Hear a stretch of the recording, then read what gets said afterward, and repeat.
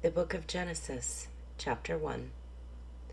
In the beginning, God created the heavens and the earth. Now the earth was formless and empty. Darkness was over the surface of the deep, and the Spirit of God was hovering over the waters. And God said, "Let there be light." And there was light. God saw that the light was good, and he separated the light from the darkness. God called the light day, and the darkness he called night. And there was evening, and there was morning, the first day. And God said, "Let there be a vault between the waters, to separate water from water." So God made the vault, and separated the water under the vault from the water above it. And it was so. God called the vault sky, and there was evening, and there was morning, the second day. And God said, "Let the water under the sky be gathered to one place, and let dry ground appear." And it was so. God called the dry ground land, and the gathered waters he called seas. And God saw that it was good. Then God said, "Let the land produce vegetation, seed-bearing plants and trees on the land that bear fruit with seed in it, according to their various kinds." And it was so.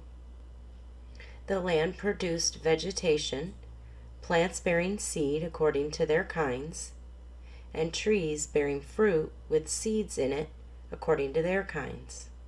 And God saw that it was good. And there was evening, and there was morning, the third day. And God said, "Let there be lights in the vault of the sky to separate the day from the night, and let them serve as signs to mark sacred times and days and years, and let them be lights in the vault of the sky to give light on the earth." And it was so. God made two great lights, the greater light to govern the day, and the lesser light to govern the night. He also made the stars. God set them in the vault of the sky to give light on earth, to govern the day and the night, and to separate light from darkness. And God saw that it was good. And there was evening, and there was morning, the fourth day.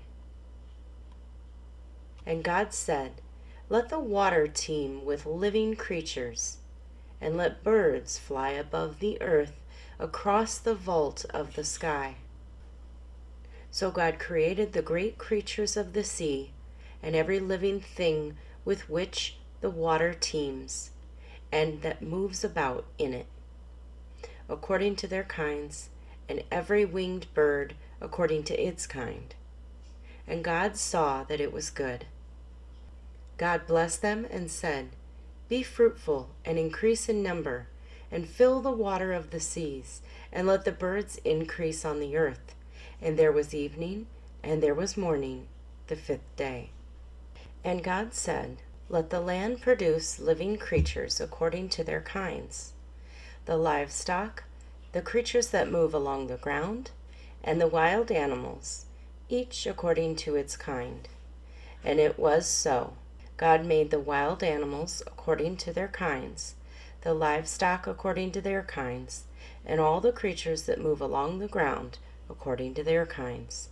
And God saw that it was good.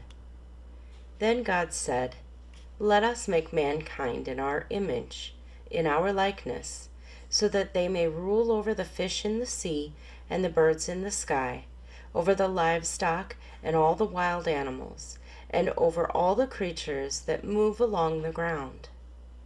So God created mankind in his own image. In the image of God he created them, male and female he created them.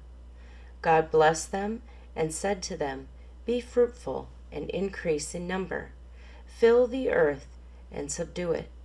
Rule over the fish in the sea and the birds in the sky, and over every living creature that moves on the ground.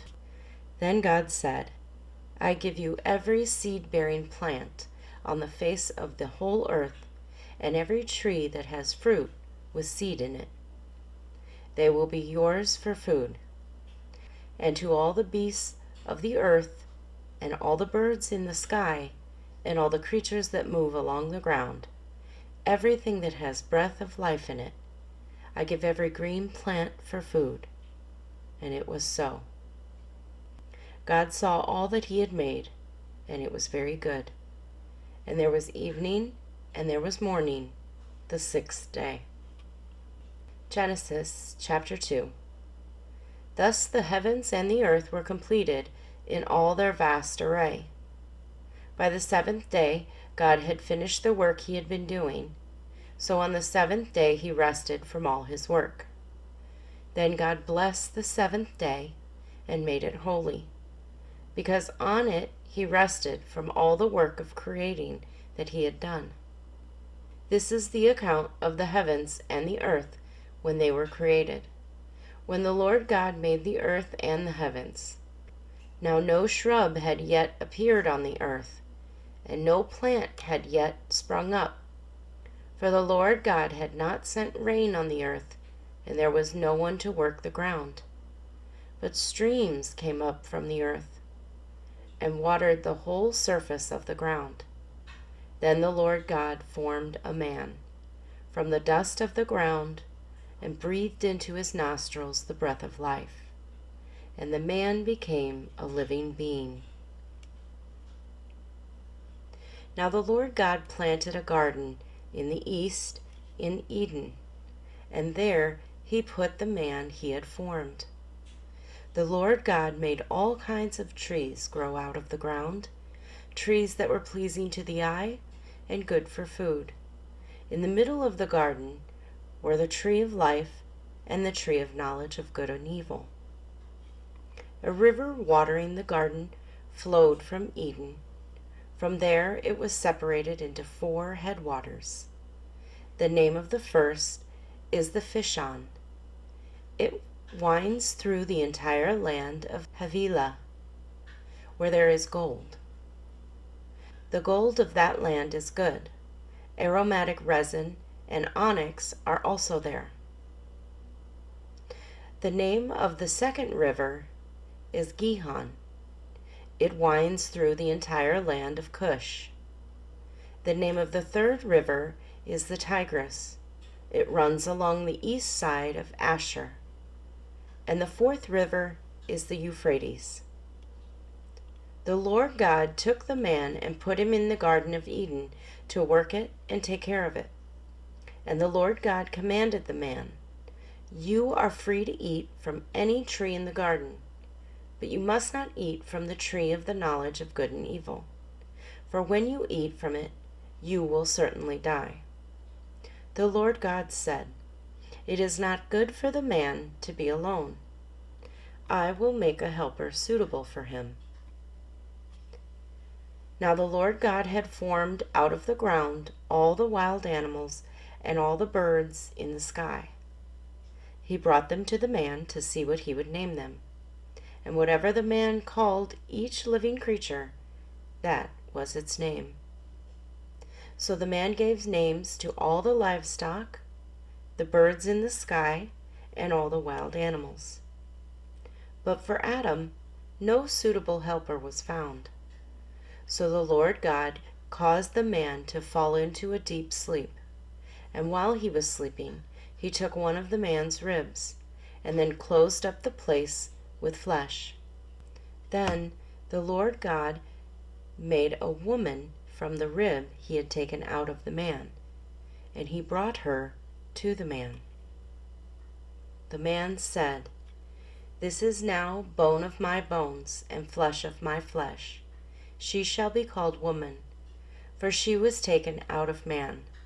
That is why a man leaves his father and mother and is united to his wife, and they become one flesh. Adam and his wife were both naked, and they felt no shame. Genesis chapter 3. Now the serpent was more crafty than any of the wild animals the Lord God had made. He said to the woman, "Did God really say, 'You must not eat from any tree in the garden'?" The woman said to the serpent, "We may eat fruit from the trees in the garden. But God did say, 'You must not eat fruit from the tree that is in the middle of the garden, and you must not touch it, or you will die.'" "You will not certainly die," the serpent said to the woman, "for God knows that when you eat from it, your eyes will be opened, and you will be like God, knowing good and evil." When the woman saw that the fruit of the tree was good for food and pleasing to the eye, and also desirable for gaining wisdom, she took some and ate it. She also gave some to her husband, who was with her, and he ate it. Then the eyes of both of them were opened, and they realized they were naked. So they sewed fig leaves together and made coverings for themselves. Then the man and his wife heard the sound of the Lord God as he was walking in the garden in the cool of the day, and they hid from the Lord God among the trees of the garden. But the Lord God called to the man, "Where are you?" He answered, "I heard you in the garden, and I was afraid, because I was naked, so I hid." And he said, "Who told you that you were naked? Have you eaten from the tree that I commanded you not to eat from?" The man said, "The woman you put here with me, she gave me some of the fruit from the tree, and I ate it." Then the Lord God said to the woman, "What is this you have done?" The woman said, "The serpent deceived me, and I ate." So the Lord God said to the serpent, "Because you have done this, cursed are you above all livestock and all wild animals. You will crawl on your belly, and you will eat dust all the days of your life. And I will put enmity between you and the woman, and between your offspring and hers. He will crush your head, and you will strike his heel." To the woman he said, "I will make your pains in childbearing very severe. With painful labor you will give birth to children. Your desire will be for your husband, and he will rule over you." To Adam he said, "Because you listened to your wife and ate fruit from the tree about which I commanded you, you must not eat from it. Cursed is the ground because of you. Through painful toil you will eat food from it all the days of your life. It will produce thorns and thistles for you, and you will eat the plants of the field. By the sweat of your brow you will eat your food until you return to the ground, since from it you were taken, for dust you are, and to dust you will return." Adam named his wife Eve, because she would become the mother of all the living. The Lord God made garments of skin for Adam and his wife and clothed them. And the Lord God said, "The man has now become like one of us, knowing good and evil. He must not be allowed to reach out his hand and take also from the tree of life and eat and live forever." So the Lord God banished him from the Garden of Eden to work the ground from which he had been taken. After he drove the man out, he placed on the east side of the Garden of Eden cherubim and a flaming sword flashing back and forth to guard the way to the tree of life.